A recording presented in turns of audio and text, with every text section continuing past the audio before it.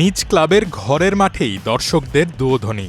বিশ্বকাপজয়ী এক ফুটবলারের জন্য এর চেয়ে লজ্জার আর কি হতে পারে। 23 August Riyadh Air Metropolitano stadium ঠিক এই ঘটনারই সাক্ষী হল।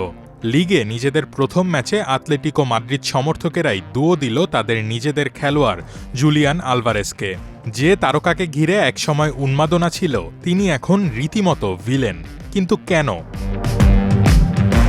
কারণটা হলো আলভারেজ যেতে চান তার স্বপ্নের ক্লাব বার্সেলোনায়, কিন্তু আতলেটিকো মাদ্রিদ চরম জেদি। তারা কোনোভাবেই তাকে সেখানে যেতে দেবে না। মূলত নিজেদের লিগেরই অন্য দলে এমন এক তারকাকে যেতে দিতে চায় না তারা।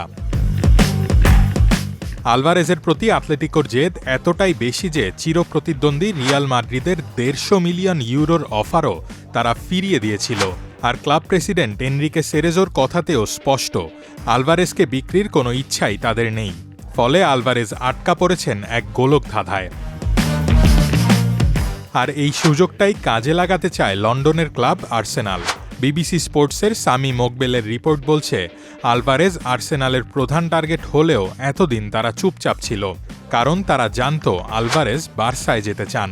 তাছাড়া তার পরিবারের যুক্তরাজ্য ভিসা সংক্রান্ত কিছু জটিলতাও আছে। কিন্তু বার্সার দরজা যখন প্রায় বন্ধ, তখন আর্সেনাল সুযোগের অপেক্ষায় বসে আছে। গত সপ্তাহে আতলেতিকোর পরিচালক মাতেও আলেমানি লন্ডনে আর্সেনালের কর্মকর্তাদের সঙ্গে দেখা করে 150 মিলিয়ন ইউরোর বিশাল দাম হাঁকিয়েছেন। আর্সেনালও প্রস্তুত এই অর্থ ঢালতে, কিন্তু আলভারেজের একটা হ্যাঁ বলার অপেক্ষা। তবে কি আলভারেজ শেষ পর্যন্ত প্রিমিয়ার লিগেই ফিরবেন?